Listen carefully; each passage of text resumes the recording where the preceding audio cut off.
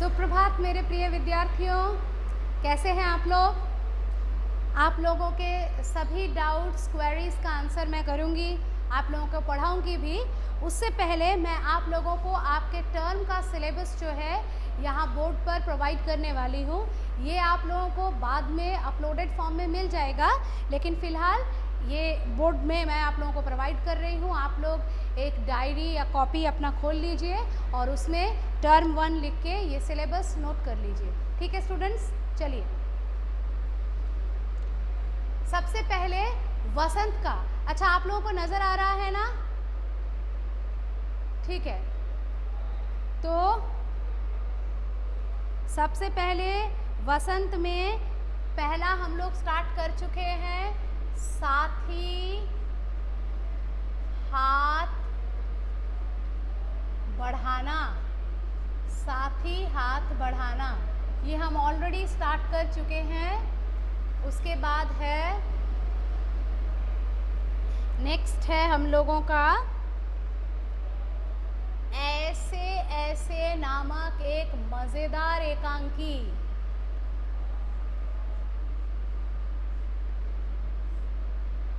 ठीक है, उसके बाद नेक्स्ट है टिकट एल्बम। ये भी बहुत ही अच्छी कहानी है, टिकट एल्बम। ठीक है, नोट कीजिए। इसके बाद व्याकरण।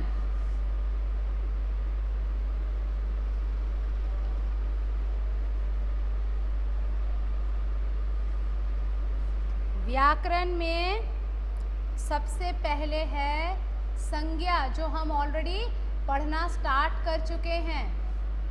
उसके बाद है लिंग,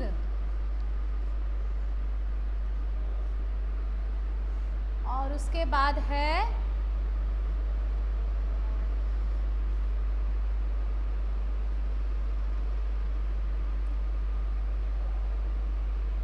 वचन। संज्ञा, लिंग और वचन। इसके अलावा अगर मैं लिखूंगी तो आप लोगों को नज़र नहीं आएगा। आप लोग पहले इसको नोट कर लीजिए, उसके बाद मैं रामायण का सिलेबस आप लोगों को लिख करके प्रोवाइड कर दूंगी। ओके स्टूडेंट्स,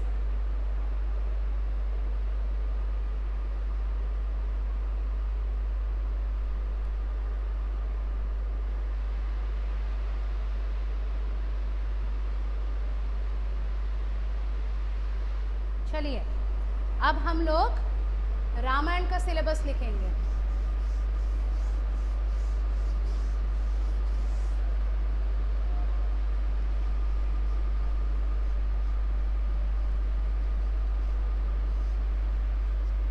रामायण में है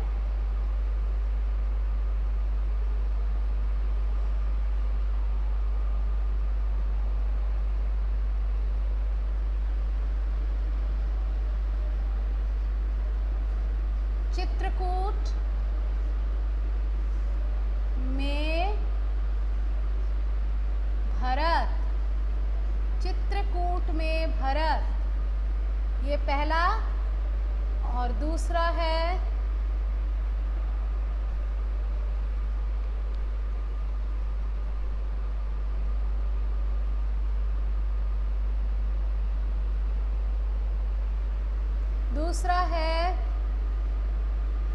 दंडक वन में 10 वर्ष।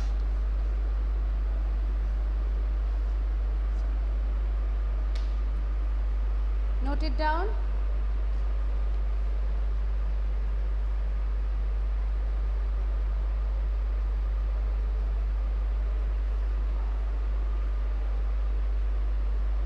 ठीक है, चलिए मैं 2 मिनट समय देती हूँ, नोट कर लीजिए।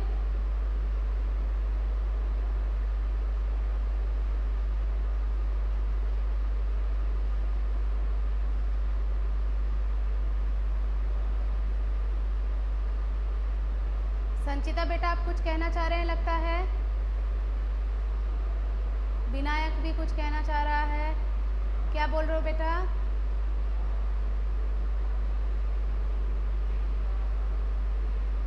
बोलिए।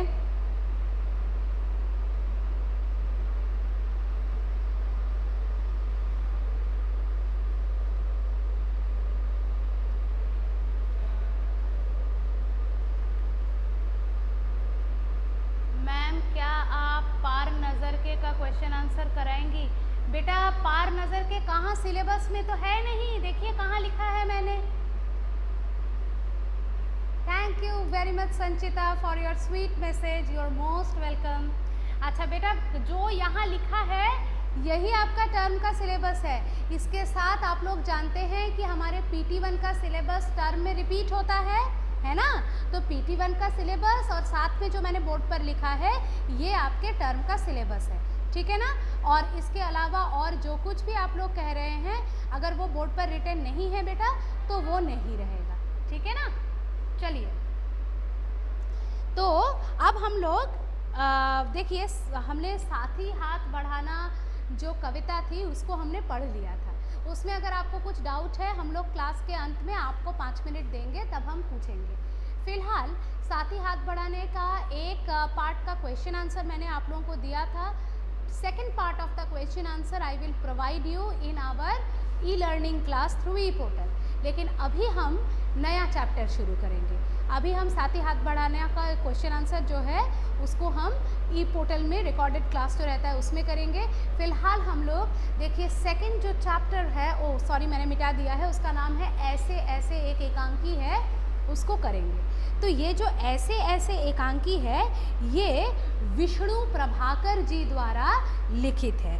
ये विष्णु प्रभाकर जी का जन्म जो है 21 जून 1912 में हुआ था।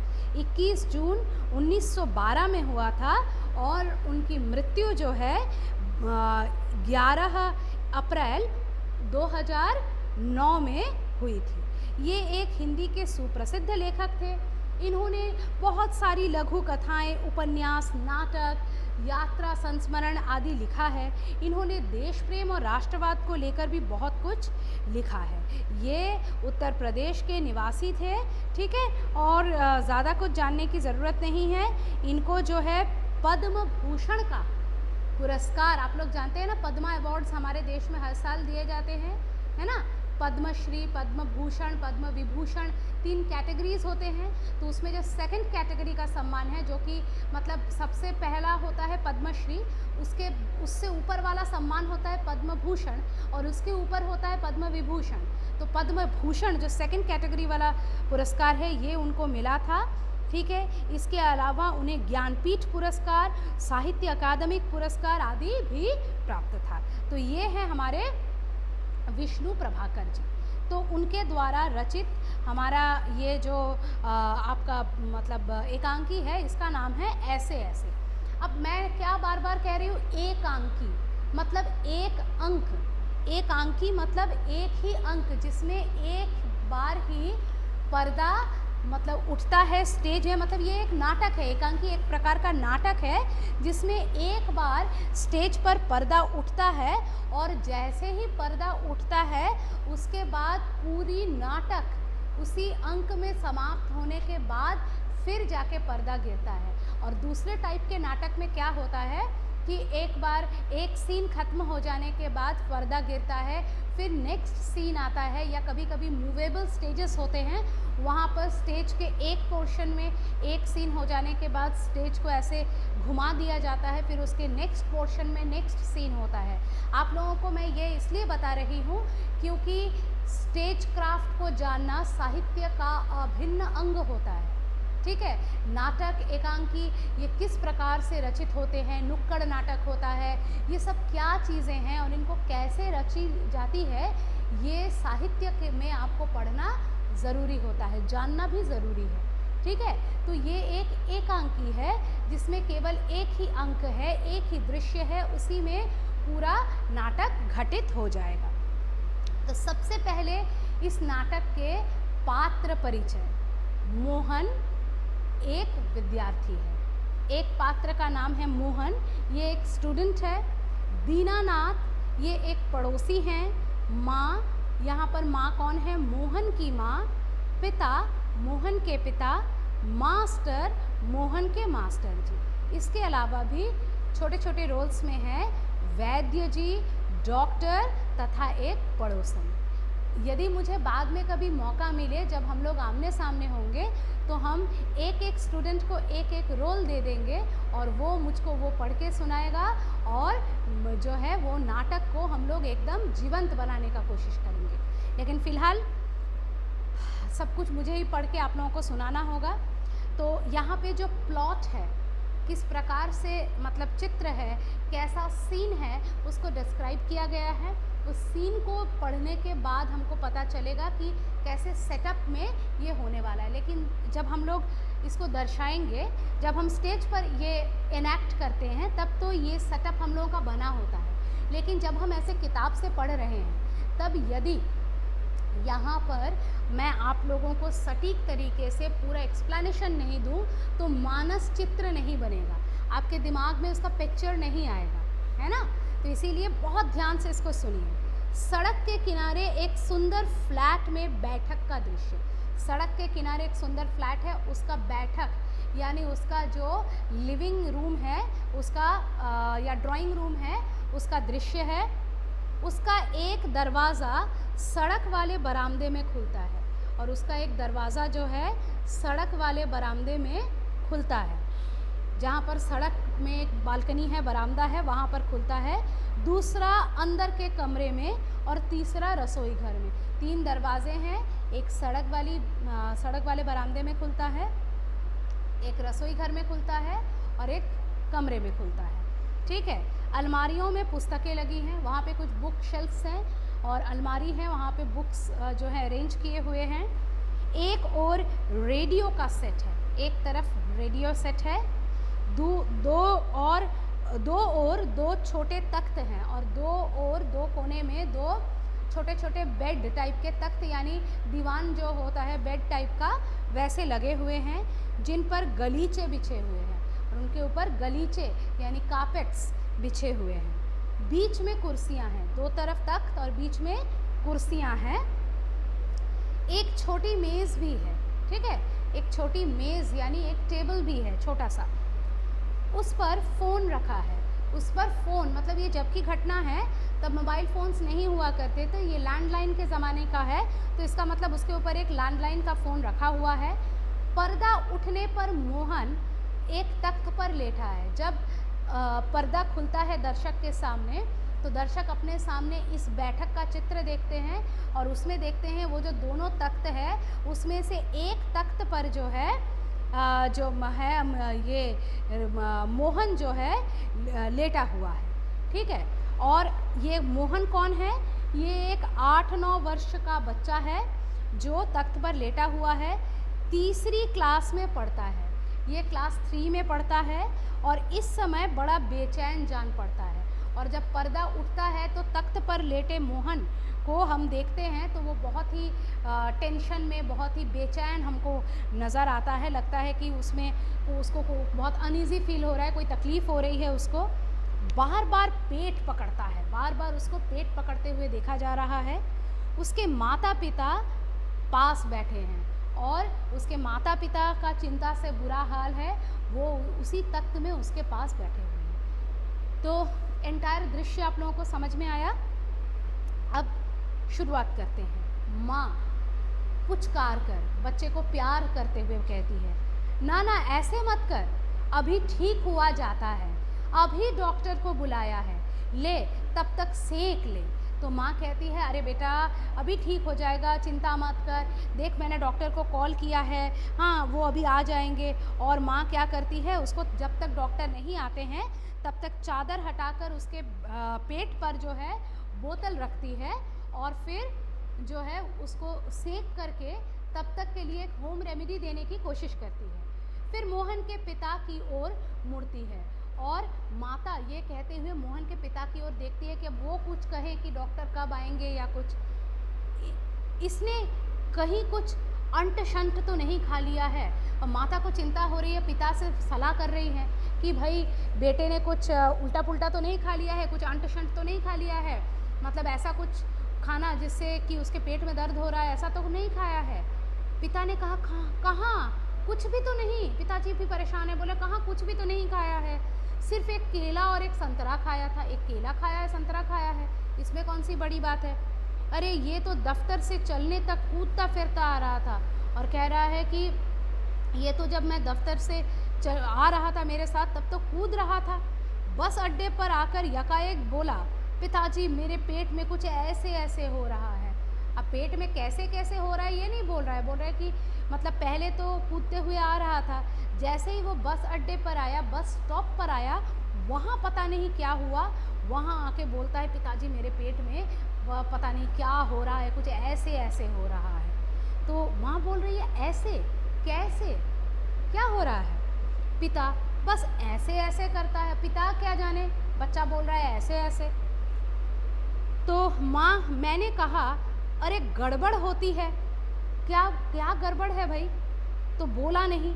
फिर पूछा चाकू सा चुभता है, तो जवाब दिया नहीं। तो पिता ने बोला भाई चाकू की तरह अंदर चुभ रहा है, कभी कभी होता है ना कि पेट में इस प्रकार का दर्द होता है जैसे लग रहा है कि कोई चुभन होती है। तो उन्होंने यही पूछा कि भाई चाकू सा चुभ रहा है क्या, तो बोला कि नहीं,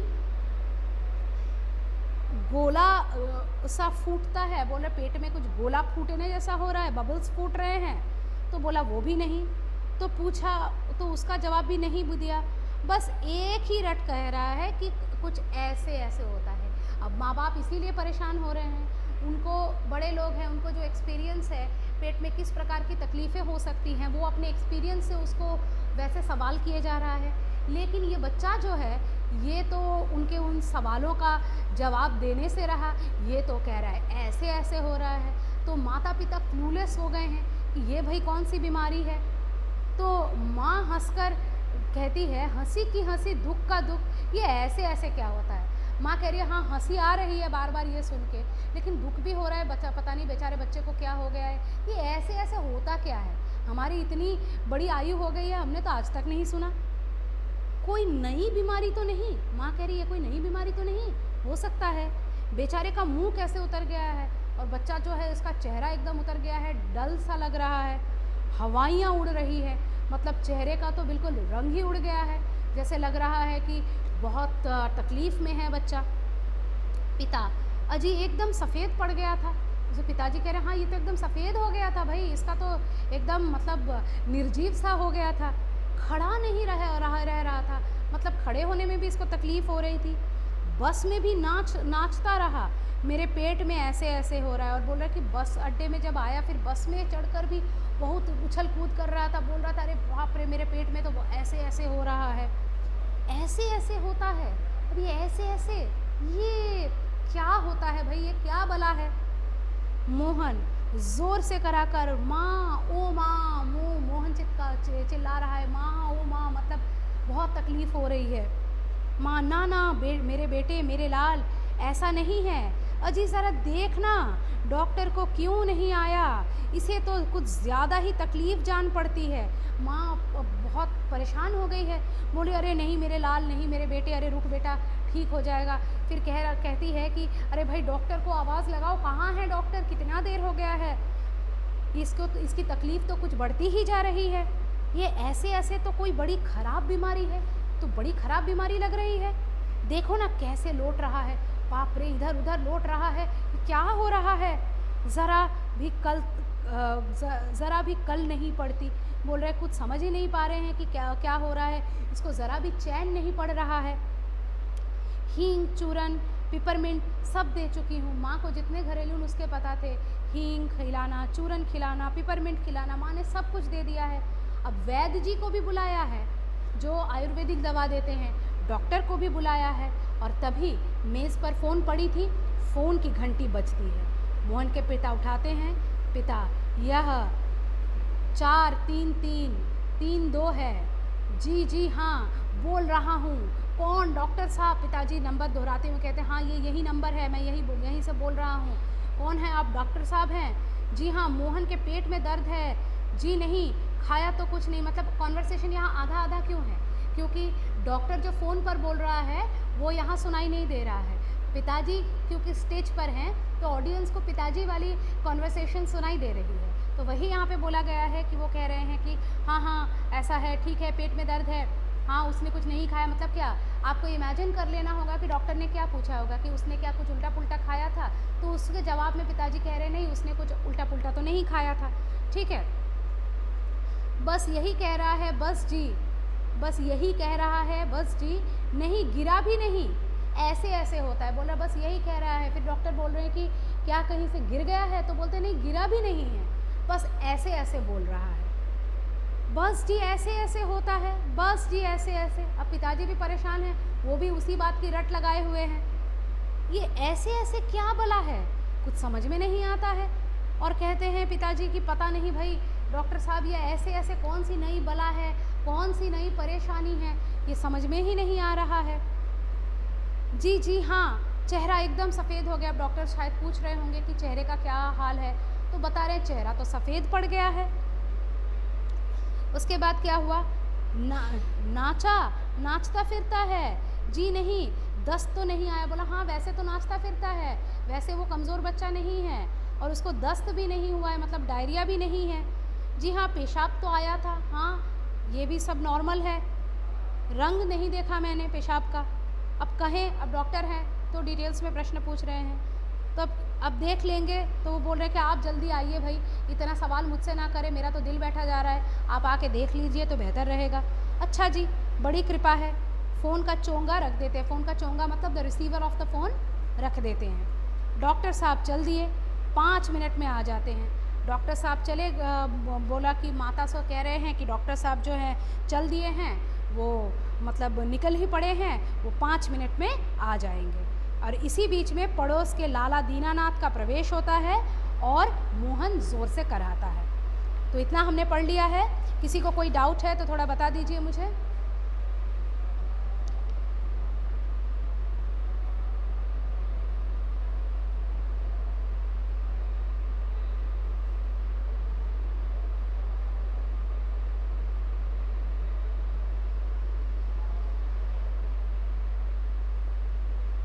ठीक है,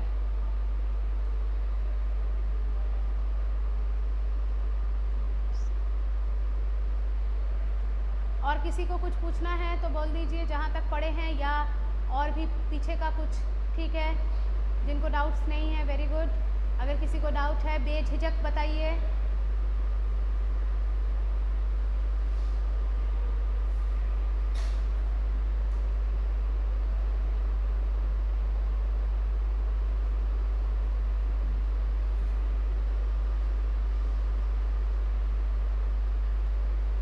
ठीक है स्टूडेंट्स, यदि आपको कोई डाउट नहीं है, कोई क्वेरी नहीं है, तो आज की कक्षा हम यही समाप्त करते हैं।